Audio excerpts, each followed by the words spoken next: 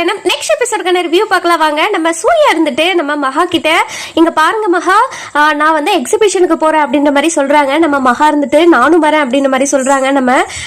நம்ம சூர்யா இருந்துட்டு என்னோட மகாராணி வந்து எங்கேயுமே போக கூடாது, நீ வீட்லயே இரு மகா அப்படின்னு சொல்லிட்டு நம்ம சூர்யா வந்து கிளம்பிடுறாரு. அந்த நேரம் பார்த்து நம்ம கோடீஸ்வரி இருந்துட்டு இங்க இருந்த மாப்பிள்ள சாப்பிட்டு போயிடுவீங்க அப்படின்ற மாதிரி சொல்றாங்க.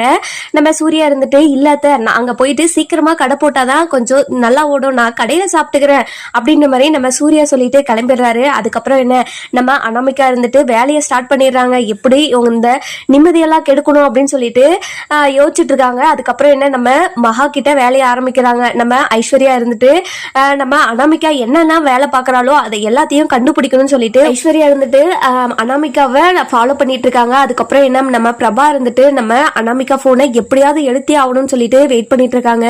நம்ம சூர்யா இருந்துட்டு கடைக்கு போயிடுறாரு. கடைக்கு போயிட்டு உடனே எல்லாமே வியாபாரம் பண்ணிட்டு இருக்காரு. ஆனா இன்னைக்கு நேத்து வியாபாரம் ஆன மாதிரி இன்னைக்கு வியாபாரம் ஆக மாட்டேங்குது. நம்ம சூர்யா இருந்துட்டு ரொம்பவே சோர்ந்து போய் வீட்டுக்கு வராரு. வீட்டுக்கு வந்ததுமே நம்ம சூர்யா இருந்துட்டு மகா கிட்ட சொல்லுவோம், மகா இருந்துட்டு இங்க பாருங்க, நீங்க எதுக்குமே தோண்டு உட்காரவே கூடாது, நீங்க வந்து எந்த பிரச்சனை வந்தாலும் கண்டிப்பா தைரியமா ஃபேஸ் பண்ணணும் அப்படின்ற மாதிரி நம்ம சூர்யாவுக்கு தைரியம் சொல்லிட்டு இருக்காங்க. ஆனா என்ன சொன்னாலையும் நம்ம சூர்யா இருந்துட்டு மனசு ஏத்துக்கவே மாட்டேது, ரொம்பவே கஷ்டப்பட்டு இருக்காரு. அதுக்கப்புறம் நம்ம மகா இருந்துட்டு ஒரு சிலை செய்யறதுக்கு ஆர்டர் வந்திருக்கு, வாங்க நீங்களும் நானும் செய்யலாமா அப்படின்ற மாதிரி கேட்குறாங்க. நம்ம சூர்யாவும் சரி மகா, நம்ம அதாச்சும் செய்வோம் அப்படின்ற மாதிரி நம்ம மகாவும் சூர்யாவும் சிலை செய்ய ஆரம்பிச்சிடுறாங்க. அந்த சிலையும் ரொம்பவே அழகா வந்திருக்கு. அதுக்கப்புறம் என்ன, நம்ம மகா இருந்துட்டு அதுக்கு பெயிண்ட் அடிக்கிறாங்க.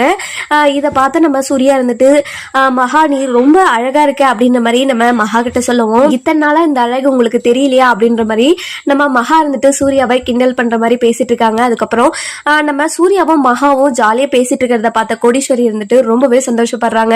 தன்னோட பொண்ணு வந்து இப்படியே சந்தோஷமாவே இருக்கணும் அப்படின்னு சொல்லிட்டு நம்ம கோடீஸ்வரி இருந்துட்டு மனசுக்குள்ளேயே நினைச்சிட்டு இருக்காங்க. அதுக்கப்புறம் என்ன, நம்ம அனாமிகா வந்துட்டு நம்ம சூர்யாவும் மகாவும் பார்த்துட்டு ரொம்பவே கோவப்படுறாங்க. இவங்க இப்படி இருக்க கூடாது, எதுக்காக இவங்க இப்படி இருக்காங்க அப்படின்னு சொல்லிட்டு ரொம்பவே பொறாமப்பட்டு இருக்காங்க. இதெல்லாம் பார்த்த நம்ம பிரபா இருந்துட்டு என்ன அனாமிகா ரொம்ப பொறாமப்படுறியா அப்படின்னு சொல்லிட்டு நம்ம அனாமிகாவை வெறுப்பேற்றுவோம். அனாமிகாவுக்கு ரொம்பவே கோவம் வந்துருது.